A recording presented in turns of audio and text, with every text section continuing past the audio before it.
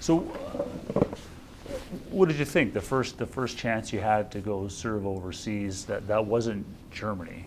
That was actually like an operational tour. What were the circumstances around that? I started off by, I came back from Germany and got posted to the Armoured School. So while I'm at the Armoured School, there's not a lot of postings. I went off to the Ice Storm, came back from the Ice Storm deployment from there, and that was about all the experience you really had with that. After we finished off with that, I got posted out in 2000, which is really a rare time. Very few postings, very few promotions, etc. It was part of our decade of darkness. Nobody was doing anything, nobody was advancing. So somewhere around 2000, they really started beefing in with Bosnia. It was really, really heavy with the contributions there. As a guy at the Army School, I didn't have any opportunity to do that or get on with any tours. So when I got out to the Strats, I was essentially one of the only guys from the corporal, master corporal level who'd never been deployed overseas besides Germany experience. So yeah, a bit of apprehension there, not knowing what was going on, not really paying attention to anything beyond the solid tactics that they teach you at the Armoured School. So all the things that we were learning there were all just the stuff we were doing over at the Armoured School. So when I got to the Strats, I had a really an uphill curve when it came to learning what the heck I was going to be doing over in Bosnia. I didn't have all those important life skills. I'd never gone over there before. So in 2002, I had an opportunity to get on with the rotation over there, Rotation 11. This was with B Squadron at the Strathconas, and we really had an easier go than most of the other deployments. There was no fighting going on at that time back in 2002, 2003, the winter serial I went over. It was different because you're given an opportunity to excel at something that you were basically training your entire career to do. In the regular Army, that's a completely different ball game. And the reserves, you try and do that your whole career to try and get it over there once. And guys in the regular Army are doing it multiple times. They do this 3, 4 times, 5 times in their career, going over to another deployment, whether it be Cyprus, Bosnia, Afghanistan, or any of the other ones that we were in just in the last couple of centuries, or a couple of decades, I should say. But when you're getting ready to go over and you're finally realizing that, you know, people are getting hurt, people are getting killed in this region, whether by accident or whether by enemy action, yeah, there's some apprehension in there. And it's not just stopped at the guys that are super gung-ho. Going to Bosnia, not so much apprehension. Getting ready for Afghanistan, lots of apprehension. There was a night and day comprehension on that. Is basically the last couple of years we were in Bosnia, we were more of a nuisance than we were a help to them. The fighting had stopped, everything was settled, everything was basically to the point where we were the roadblock. Every time somebody wanted to get somewhere on a Friday night, we were the roadblock. We would do op harvest, which was of course the amnesty policy for turning in weapons, turning in any of the last caches that might have been left around there to instill confidence in the countryside and in the people. So I think we accumulated a grand total of 15 rifles and a couple dozen rifle rounds is about all we amassed to. So we really didn't accomplish much. My rotation 11, was actually the last non-Article 5 NATO mission over there. So every rotation after us was considered the non-Article 5. According to NATO standards, that's the Articles of War. So it was a warlike state before we got there, and when we left, it was not so warlike. So it was a bit of apprehension. Family, of course.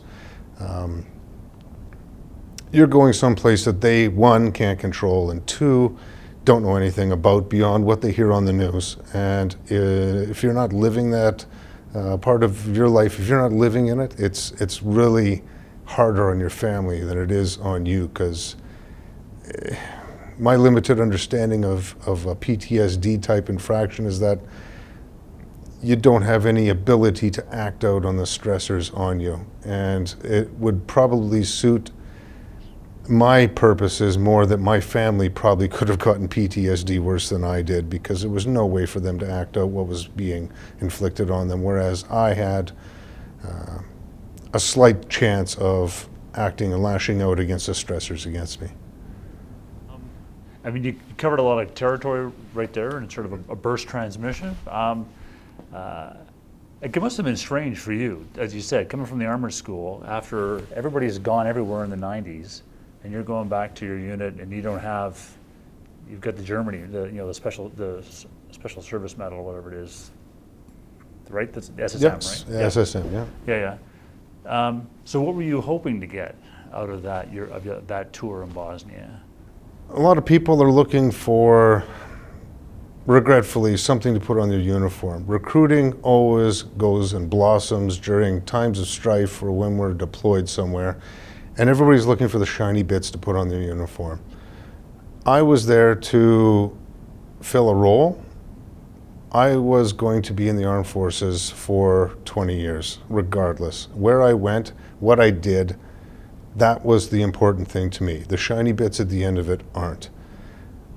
When I'm coming back over to the Strathconas, I was wearing what they called the rack of shame. I had the SSM for my time in Germany, and I had a CD. That was it. Everybody else, I'm walking around and there are junior corporals and troopers that are wearing more decorations in Bosnia, like places they've been. And you know what? It's kind of disheartening, to be blunt about it. What I hope to get out of it was life experience, plain and simple. I've always been in the armed forces for contribution. It's service. There are certain people that will join the armed forces for the travel, people to help people. If you ask anybody on a camera, everybody's got a different answer for it. I did it for service. I joined. That's what I wanted to do for 20 years. I'm here for 20 years. Do with me what you will. I'm here to serve. The other half of the people that are in on this, that get recruited just for these events, places like Bosnia and Afghanistan, they get out as soon as we're back to the same old stalemate stuff. We're looking at that right now. We're into a point where we're not really going anywhere, so of course our numbers are down everywhere, across the board, doesn't matter what trade, doesn't matter regular or reserves. And that's a sad state, because that's why people joined, and their hands are evident, their motives are evident when they get out after only 3 or 4 years and had 2 rotations over to Afghanistan. I joined back in 1988. I'm still going here. I'm working harder than I ever did in the regular army, in the reserves, because balancing a civil career along with maintaining what I do here in the reserves. It's a hard balance, but it's service life. And surprisingly enough, I'm working in another service. I work for local government. I work at the police service here in Medicine Hat as a civilian employee. I'm not a police officer, but again, more service. People will come back to what they do things for. I hope to get out of my deployments and the places that I've been some sort of use for the rest of the country. We're seeing an awful lot of people that are in the media right now. They complain about what they're getting out of things from the Legion, to what they're allowed to wear on their Legion blazer, to why is Veteran Affairs screwing me around? I'm not getting my benefits, to, you know, I hate to quote an American, but in the words of John F. Kennedy, don't ask what your country can do for you, but what you can do for the country. And that's why I serve, and that's what I hope to get out of everything that I do within the Canadian Forces. So is there a day that in your Bosnia tour that stands out for you in terms of something that happened, good or bad? Bosnia tour, like I said, there wasn't a lot of stuff going on in my tour, my rotation. Again, we were mostly a hindrance to the general population there. We were still in presence. My troop was actually quite fortunate. We didn't have an assigned patrol route, being armored reconnaissance. Our coyotes, we were sent off to do the rapid reaction stuff. If anybody needed outer cordon, inner cordon, if they needed security aspects, they'd call us on a dime. We're gone for 3 or 4 days, gone anywhere from VK down to BHatch to any of the other troubled spots. We were gone. We went 3 or 4 days. We had a winter rotation, and just around Christmas time, there was a couple of places we patrolled just before we got into the rapid reaction sort of element. And the only real significant memorable thing we did there is we adopted a a family out in one of these rural communities. I don't even think the place had a name. It was like 4 or 5 houses in the middle of nowhere. These guys had just moved in, and they were essentially squatters. They found a chunk of property that had the remnants of a house on it. They had put roofs back onto it. They had put some sort of semblance of order back into it, gotten rid of all the dangerous stuff, and they were just trying to start their life up. We essentially went out there with beds. We took toys for the children. We took a care package of food, and yeah, we set those guys up on Christmas Eve. And you know, to my liking, you know, you helped somebody, for lack of a better words. That's what everybody usually says on camera. I'm here to help people. I joined the Combat Arms. You don't get too much help with the Combat Arms. We're usually known for pulling things apart, driving over their crops, and pushing, you know, gun barrels through their windows idea. That's not what I joined for, but on that one occasion in Bosnia, that's where it is. We had one other fella. He was a bachelor. He was all by himself. He was in, quite literally, a one-room house. There was enough room for a bed, a bucket, which was his bathroom. He had a small refrigerator that didn't operate because he had no electricity. He had a small box of candles, and that's how the guy lived. And he got a ramshackle wood furnace going, and again with him, we helped him out as well. We brought out essentially half a 2.5 ton truckload of firewood for him to keep him going through the winter. And you with people like that, they just can't stop smiling at you. I have no doubt in my mind that a man like that, or a person like that, you can't wipe the smile off their face with any amount of money because of what you did for them. You just helped them. You didn't ask for it. We just helped them. It's interesting. It's because it's not a shooting war at that time. You're not being shot at, but it's so for you. The most memorable part was these moments of human connection. Human connection. I actually did what other people are saying that they wanted to do on the camera, and again, later in life, a couple of years later, in 2007, I had the complete opposite end of the spectrum. So at the end of this tour, you're now you've got something more than the rack of shame. Were you satisfied? Did you have, what kind of sense, what was There your was a sense, of fulfillment? there's a sense of accomplishment and a check mark in the box. Okay, I've gone over there, I've seen what they've said. I actually got the old adage. It's been there, done that, got a t-shirt. So, okay, check mark in the box. Now I'm not that guy that's just sitting there onto the side with, you know, that can speak out of his arse because he hasn't been there, doesn't know that. You know, you can't walk the walk if you haven't been there. You know, you don't know. You weren't there, man. You don't understand. So I had that sort of feel with it now too. Did it whet your appetite for more? Well, again, it depends on why you join. I was in the regular army. If they called or they said, you know what, you're in B squadron or A squadron or C squadron, it's your turn to go, well, then you go. It's a matter of doing what you're there to do. And you train hard. You're with a great group of guys. No matter where you are, you're always with a great group of guys, and you do anything for them. And for you to say, yeah, I don't want to go, because you're going to let one of these guys down. How bad would you feel if you've been training with these guys, you've known them for years, and in the last year and a half you've been in the same squadron as these guys, and then all of a sudden you back out at the last minute and they go overseas and 3 of those guys don't come back?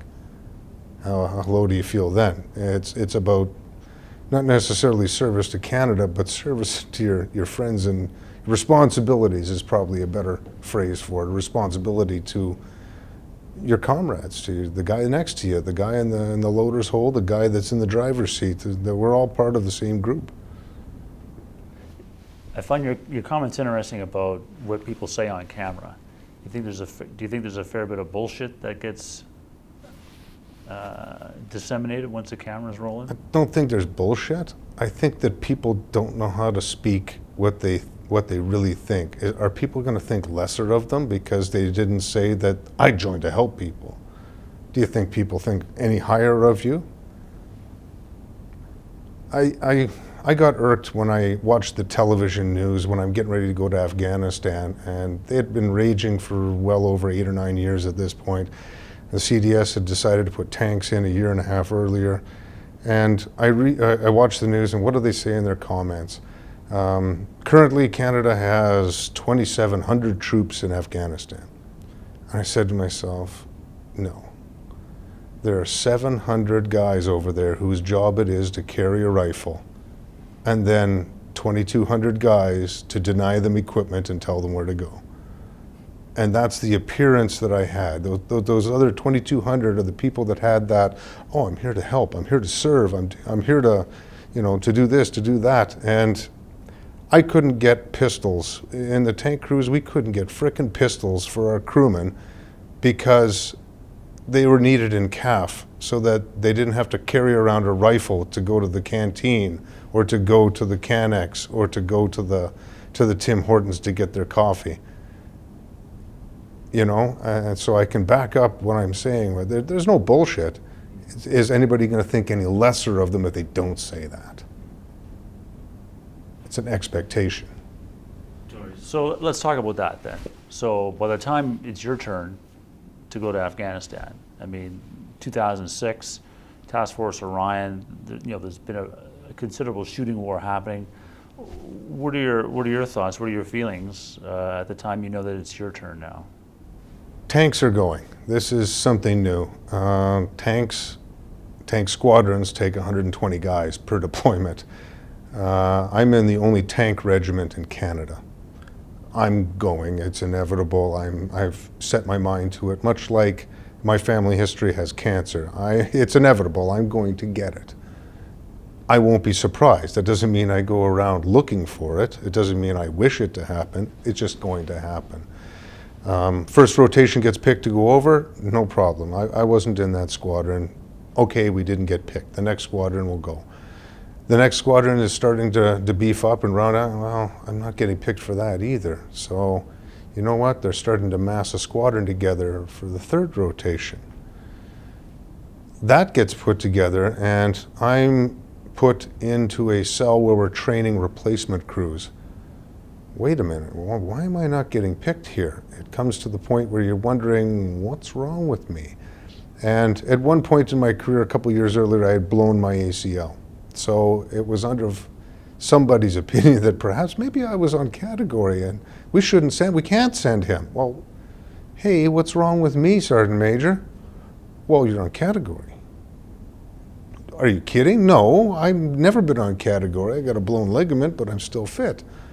Really? And within about 25 minutes, I'm scheduled to go over with the next rotation. Coming home from that is probably one of the hardest things I ever had to do. Coming home from that, when I go home, my kids, I don't think knew I was in the armed forces, besides the point that I went to work in green and occasionally I disappeared for a couple of months at a time, much like Bosnia. When I came back from that, it's hard. When you come back and tell your wife, yeah, in another month, I'm going to start workup training, and 4 months from then, I'm going to be going overseas. Well, okay.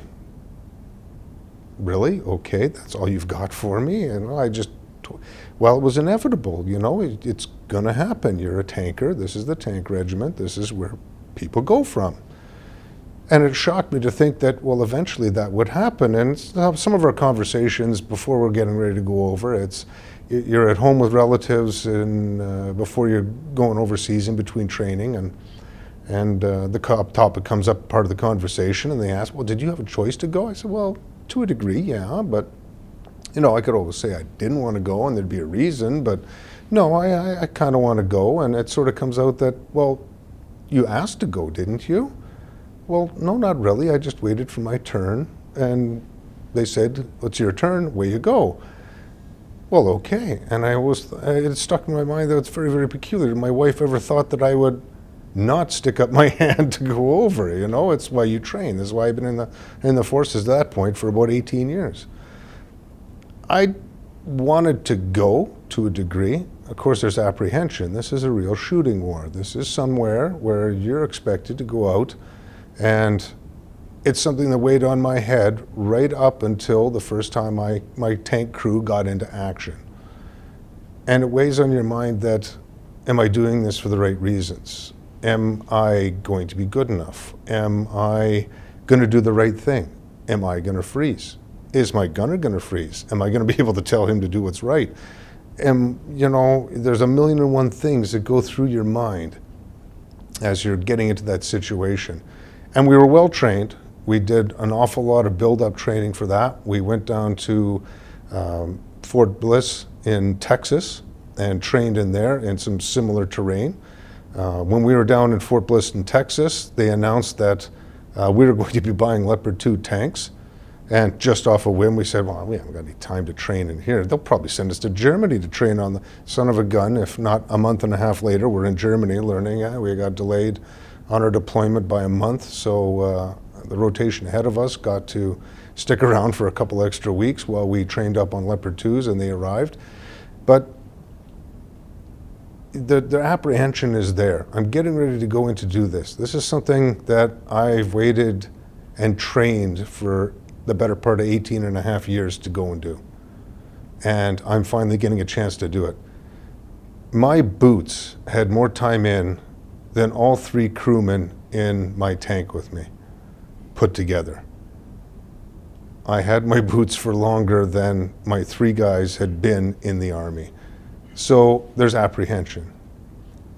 Am I going to do one is a very poignant thing. Am I going to do right? Am I going to use my training? Is it going to come through? The other half is, how well are these guys trained? You're trusting these guys to do their job. You're trusting these guys to be that extra burst. And in the end, it all turned out really, really well. It turned out to be, if you work hard and take care of the rest of those guys in that troop, I've got another 15 sets of eyeballs watching out for me. And it comes right to the point when you know, we're sitting there and there's lead flying around and RPGs are slamming into the side of tanks. There's smoke. There's ambulances hauling body bags. You say to yourself, you don't say anything to yourself. You do what you're supposed to. You do what you do. And the guys I was with, just did what they had to do. Everybody asks, well, you know, what were you thinking? What were you doing? No, you do what you're supposed to do. You do what everybody else is doing. And if you get recognized, everybody else was fighting just as hard as you were. It's just that you stood out for whatever reason, and there's no reason for or behind it. Apprehension is the biggest thing that I ever had about going overseas. And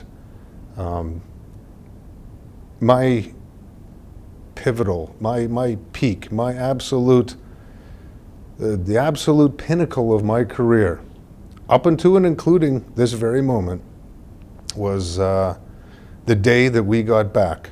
I got off the bus, and we were going to the electro training facility in Edmonton, got off the bus, our families are waiting inside. We'd just traveled for the better part of 2 days coming back from Decompression in Cyprus. And that was it, right there, pinnacle. I wasn't in a fight. I wasn't charging and bayoneting a bunch of Taliban. It wasn't flying in an aircraft or doing any of that stuff that you would imagine your absolute pinnacle would be. It was making it back with all my guys after doing what I had trained 18 and a half years to do, and made it back in one piece, safely back to our families with all my guys. That's a pinnacle, and I've yet to top it yet. Going back to the beginning when you hit the ground there, you mentioned the apprehension you felt, which you said lasted until first contact, basically. What happened that day? First action, remarkably, I don't want to say poignant, but it was definitely one of the points in my life I'll never forget. Apprehension. Is my gunner going to do what he's doing? Is my driver going to do what he's doing? Yeah, and it's still stuck in your head, even though they're doing what you're telling them to do to get you in. Our job was to go down from our base at Fob Massamgar, to go down the Arghandab River. We had a platoon of infantry with us from the Vandus, and our job was to go down the river and marry up at a police substation, a PSS point, and recover some broken equipment and come back with it. So as we were going down, we had tanks out front, we had a company of infantry in the middle, and then we had tanks in the rear. And as we're going down, we went through a small creek, or the Argandab at that point actually went through that creek. No problems at all. We pop back up on the other side, and there's a thump behind us. Turn around, take a look down the river, and one of the lavs had hit a command detonated mine underneath the water and had blown one of their intermediate wheels off. Huh, they got hit. Look over the side, and there's ripples in the water. I can see, hey, somebody's firing a machine gun at us. This is all kind of surreal. It's not happening in slow motion. It's not happening without sound. It's everything is still fully, it's just a realization. You just calmly said to myself, huh, there's somebody shooting at us. As soon as it had started, it had stopped, because we spun our gun around, and of course they said, holy cow, they're going to plow us, so they stopped shooting at us. The ARV, the Armored Recovery Vehicle, came forward, started working on the LAV, and we started going in all-round defense. So we had tanks pointing in every direction. And the first real action against me and my tank was at that moment. And we were pretty much right in the middle of the river. The river was about, I want to say about 1 kilometer wide at that point. It was all open with loose gravel and everything else. So we were pretty much in the open. You couldn't get any hiding spaces out there. We were sitting in the open, and we were scanning, looking to see where everything was. And I remember hearing what sounded like a gigantic cauldron of bacon flying over our heads. Who the hell is shooting bacon at us? And something explodes behind us. I look behind. That must be what an RPG sounds and looks like as it whistles through your antennas.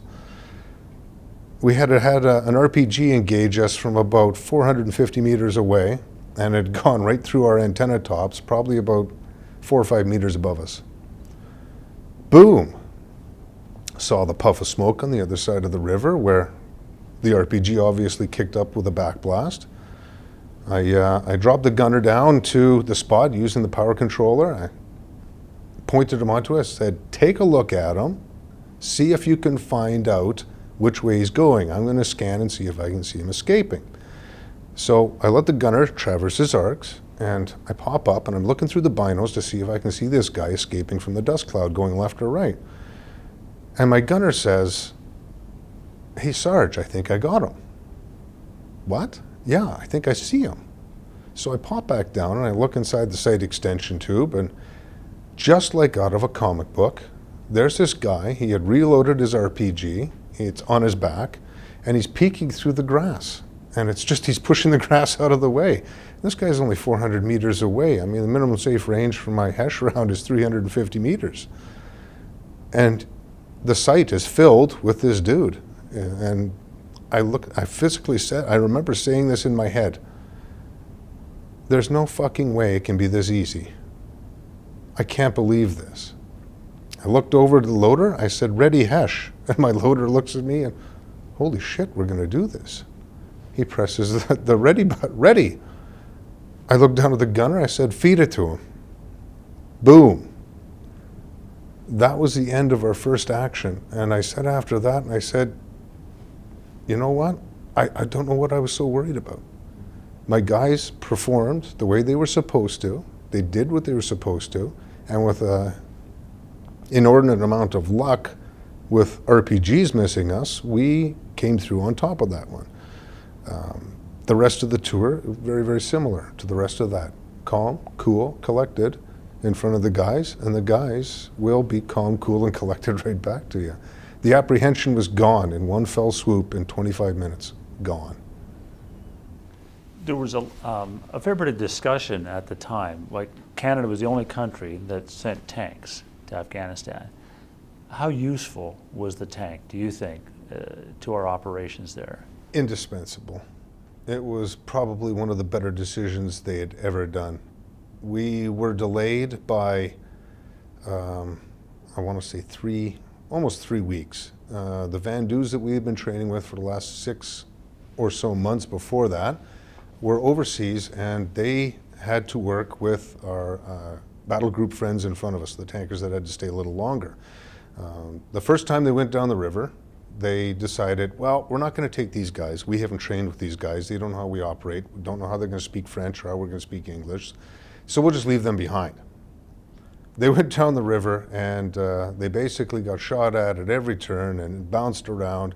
They had emptied the ready racks in their lavs. They had just, it was a turkey shoot. It was just chaos. They said, there's no way we can last this way. Not for this whole rotation. The next time they went down, they took a troop of tanks with them for whatever reason. They started going down the river and came into action, and their usual reaction was going to be, oh, we'll stop and we'll engage it. No, the tank swung its gun over, wham! Contact, 1 RPG gunner, engaged and destroyed, carrying out a task, kept moving down the road. The Van Doos looked around, holy crap, this is great. Let's keep the tanks with us whatever we do. And they never went out without us again. When we got back on the ground, they were really happy because we had been training with them. We understood a little bit different of a technique. We came out, we didn't know how it was going to work. We were an English regiment, and we were attached to a French battle group. How the heck was that going to work? We came through with, surprisingly enough, you learn operational French and they learned operational English. And as long as you talk slowly and use small words and calm, we understood each other. We understood after enough conversations and reading maps and being switched on, you can understand a fair amount. And to our credit, we had really calm, cool demeanor. There was no yelling.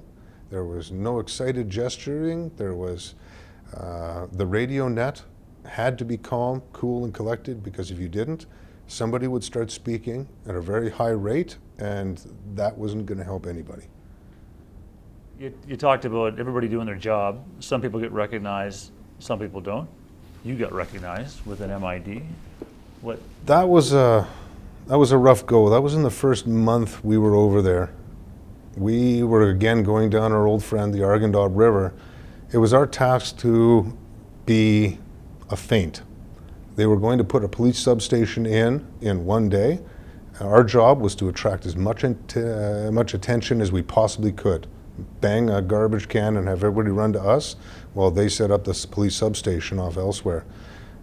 Needless to say, we succeeded. That day, we engaged no less, my tank on its own engaged no less than 5 RPG gunners and a mortar team. And we got to just about the point where we were supposed to start making a lot of ruckus down at the bottom of the river, and everybody would have been drawn to us. One of our tanks tossed a track.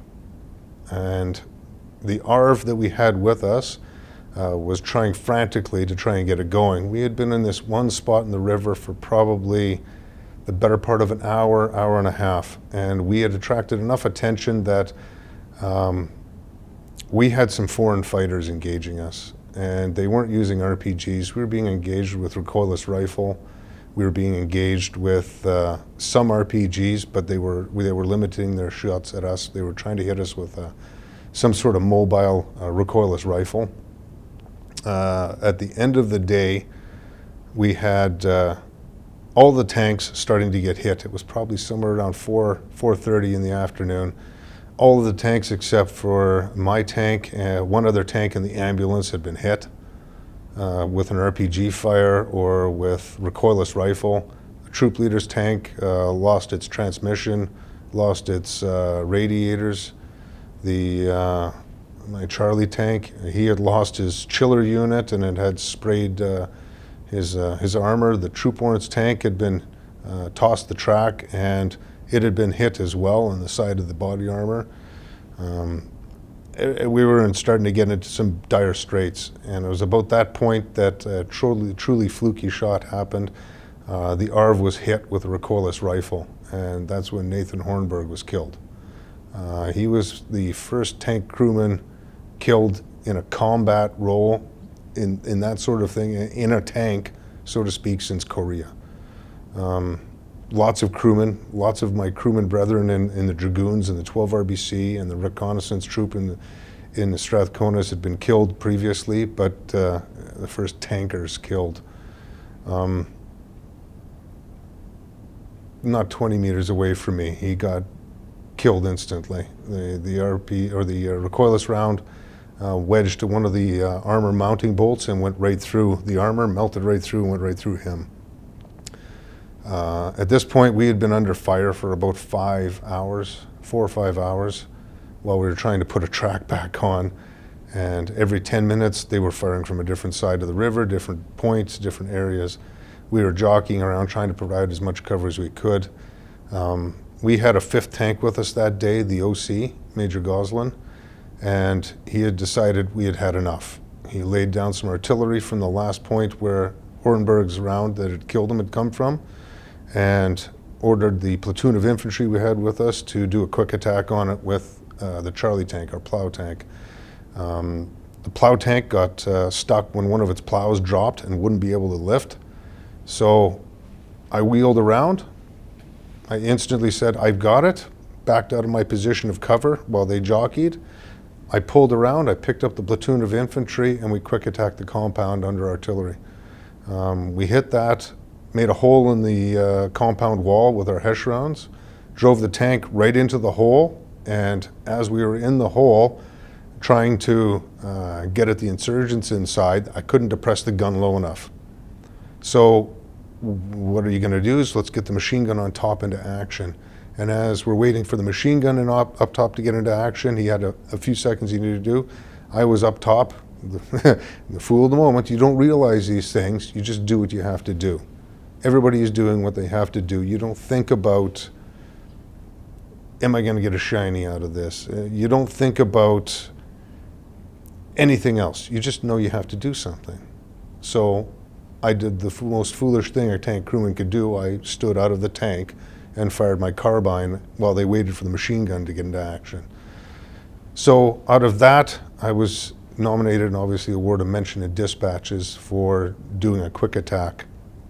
And surprisingly enough, when everybody used to say, that's Cold War stuff, we don't do Cold War tactics anymore, I did that exact thing in Afghanistan. I did a quick attack with a platoon of infantry and under artillery cover. I did a all arms quick attack, just textbook. It's amazing how you fall back on the very basics. Doesn't matter where you are, theater mission specific training be damned, you fall back on the very basics that everybody was taught from the time we joined back even in the 70s and 80s. You said at the time it's almost reflexive to do what needs to be done. But what do you think about it 24 hours later, 48 hours later? What's that like? The end of that day, that was an incredibly long day. We were up and out of the gate by 4:30 before the sun had come up. Half a ration pack, 3 packets of Oreos, and 2 bottles of water later, it's getting dark. And I was standing in the crew commander's hatch for 18 or so hours.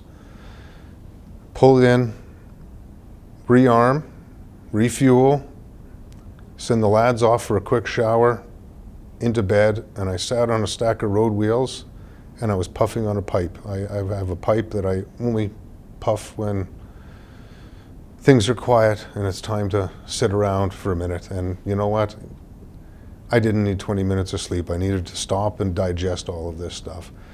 So I sat on a stack of road wheels and I'm puffing on this pipe, and out comes Major Goslin. He's coming out of the CP after just explaining what's going on and making arrangements for us all to fly out on Chinooks the next morning for a ramp ceremony for Nathan Hornberg. And he sort of puffs up, and he didn't smoke most of the time either, but he hops out by the road wheels, and I'm puffing on a pipe, and he pulls out a cigarette and sort of got the same idea. Hey, sir, yeah. Did that just happen? Did we just go through the last 18 hours? He says, yeah. Man, it's good to be on the other side of this. And you just start to digest then. It comes out. I'm coming up on 10 years after that action. And I still haven't digested all the stuff that happened over there. I've forgotten more than I've digested out of that whole tour. I think there was maybe 3 times we went out the gate that we never got shot at. Especially when we got the new tanks, the Leopard 2s over there. With our element, we were the first group to go over with the Leopard 2s. We brought them into theater. That was a challenge to the Taliban. It was the newest, biggest. They'd taken out tanks before, but it was a challenge for them to take out one of these big super tanks.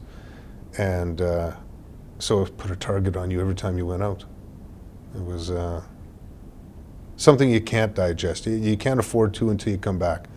And a lot of guys, for all the griping they did about stopping in Cyprus for decompression on the way home, you needed to do it. Buddy, you've been gone for 6 months as it is. What's 2 more days? Take the time, listen to the guys that are talking to you about how you can adjust. Learn what's available to you, because there's far too many people griping about they never supported me, they did not hear from me, there's this and that. And these are the guys that wanted to get back on the damn airplane to fly straight home. And you just have to listen. You know what? Just listen to what's available. Listen to your own heart. Listen to what your brain is telling you to digest. Because if you don't, you're going to run into trouble. And I think that's where a lot of people run into issues right now. They don't think through or digest what's happened to them. Yeah, when you say digest, what specifically do you mean? What does digest mean? Mentally digest is the way I just call it. I haven't mentally digested what's gone over to me. If you're going to eat something that doesn't agree with you, it's going to come out the same way as it went in. If you do the same thing with thoughts, it's going to rattle around in your brain until you come out to the other side, and it doesn't affect you very well. You're going to have other problems. You're going to have dependencies on either drugs or alcohol. You're going to lash out at authority. You're going to lash out at the people trying to help you, your family, everybody that cares about you. You could have an adverse reaction to them. And you see this, it's not so much or so common anymore, but like in Vietnam vets, they used to have the old, you don't understand, man, you weren't there. Well, this is what I mean. This is where we're coming back. And back in World War I, World War II, that's why they created the Legion. There was a place for people to go, and whether it was over a beer, a cup of coffee, or a card game, that buddy knows. He knows. He was over there. He understands. I got somebody to talk to, because not everybody can do that. I can relate personally to this. I got married back in 1990. I was a tank crewman in Germany, and I was just coming back, getting married halfway through the 4 years I was posted there. Well, one of my wives, well then fiance's wives' great uncles was in the South Alberta Regiment in World War II. He was actually wounded in France as they were going through down to the Falaise Gap. And nobody knew anything about his service. They knew that he was wounded, and every couple of years shrapnel would rise out of his legs or out of his wounds, and holy crap, you know, it's still being pushed out 30, 40, 50 years later. But you know, he never really talked about it. He never really mentioned it to anybody. They knew he was a crewman, they knew he was there, and he would, when he got loose on some liquor, he would let a little bit of it out. At that reception that night, when we got married, the 3 uncles, the great uncles, they were all sitting and they were all in the war. He started talking when we sat down at the table.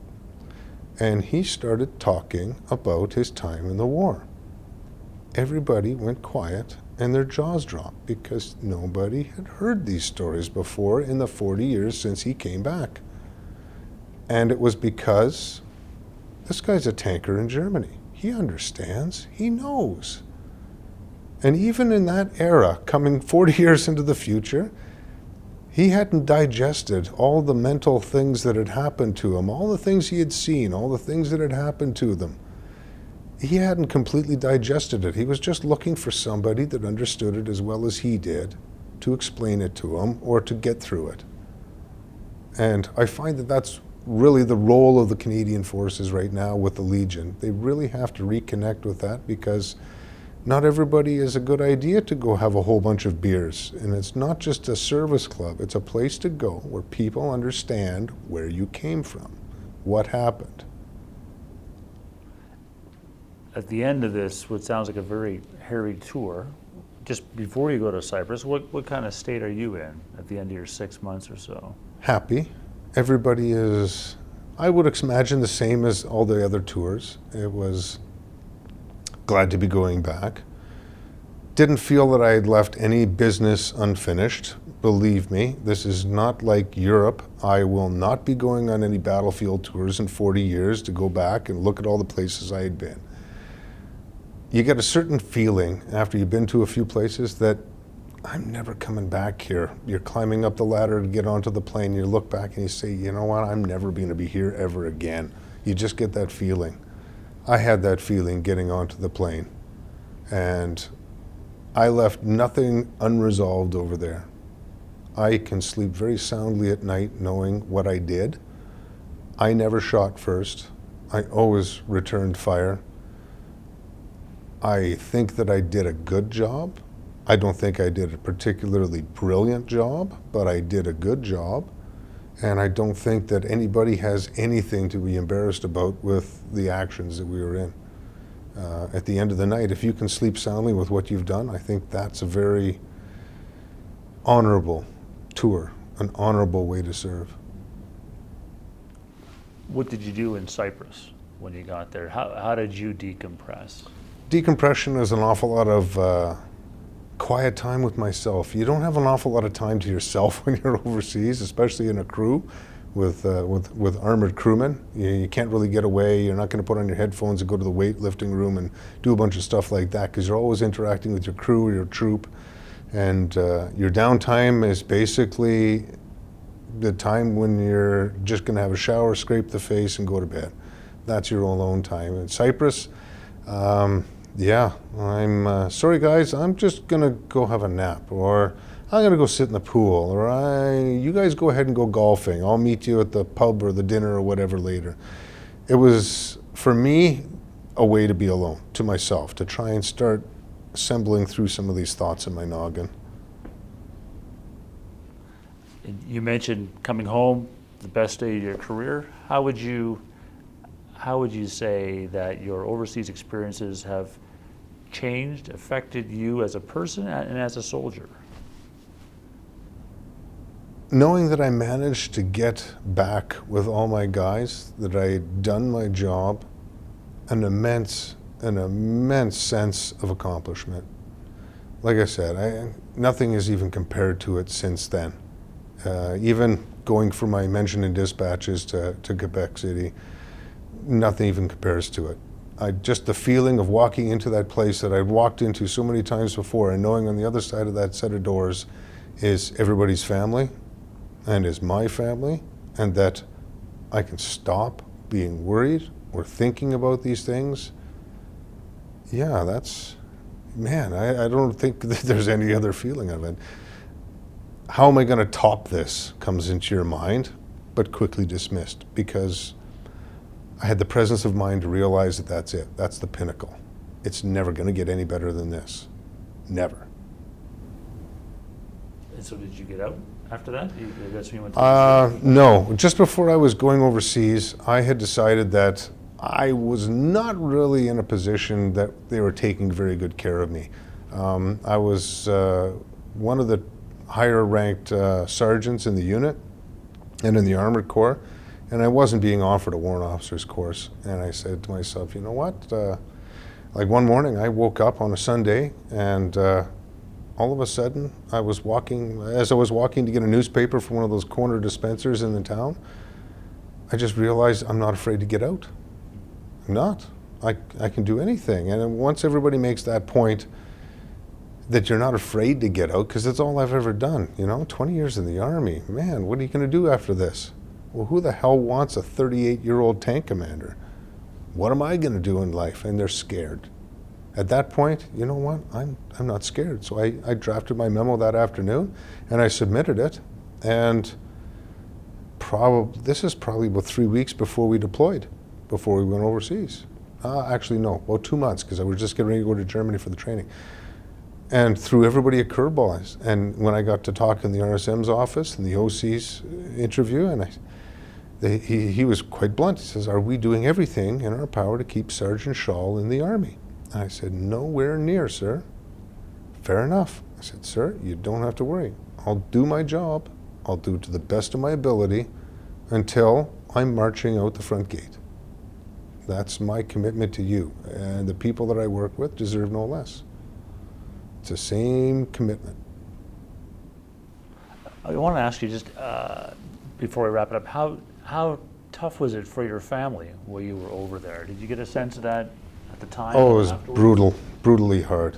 Getting ready to go overseas, the rest of my family is all down here in Medicine Hat, and we're posted to Edmonton, so we're down back and forth quite a bit, 3, 4, 5 times a year anyway. So coming back down, and I'm trying to reinstill into all my family, look, I took a picture of the side of this Leopard 2 tank. There are 14 inches of steel in between the bad guys and me, you know? There's nothing gonna go wrong. I'm not gonna get, you know, I might get hurt if anything, but I'm coming back. And my sister-in-law says, and it sends shivers up my back still, you don't get to make that decision. We get to worry no matter what until you're back. Fair enough. I will try not to assuage you any further. Halfway through, you get your LTA. I came back and I had some footage, and this is a particularly weird one. We were doing a route clearance, and I was in a dozer tank at the time. So my job was basically to sit at the front of the column, scrape away the top 3 inches of soil. In behind me, we have bomb-sniffing dogs, company of infantry, another tank, and rollers and everything. They're proving the route. So I'm at the very front of this group, and we're going through some very narrow roads and very narrow areas, not good tank terrain at all. So we basically stop in a small burned out town, and at the very edge of the town is 2 narrow closed in walls at the very end. And so we're gonna have a break. I plug the hole with the tank, so nothing can get through where we are. It's very narrow, a few inches on either side of the tank. And we're watching, so my gunner is up a little bit. He's with his machine gun, or the loader is up on the side with a machine gun, and he's looking over the side. I'm over the other side with my my carbine. I'm watching the other side, and the gunner has got some very narrow arcs. He's just watching in front. While the rest of the platoon is basically having a water break, and they're just getting ready to leave. So in behind us is an engineer's LAV-3. And he's got a video camera up on top, and it's bolted onto the turret, so wherever he slews the turret, he's seeing this shot.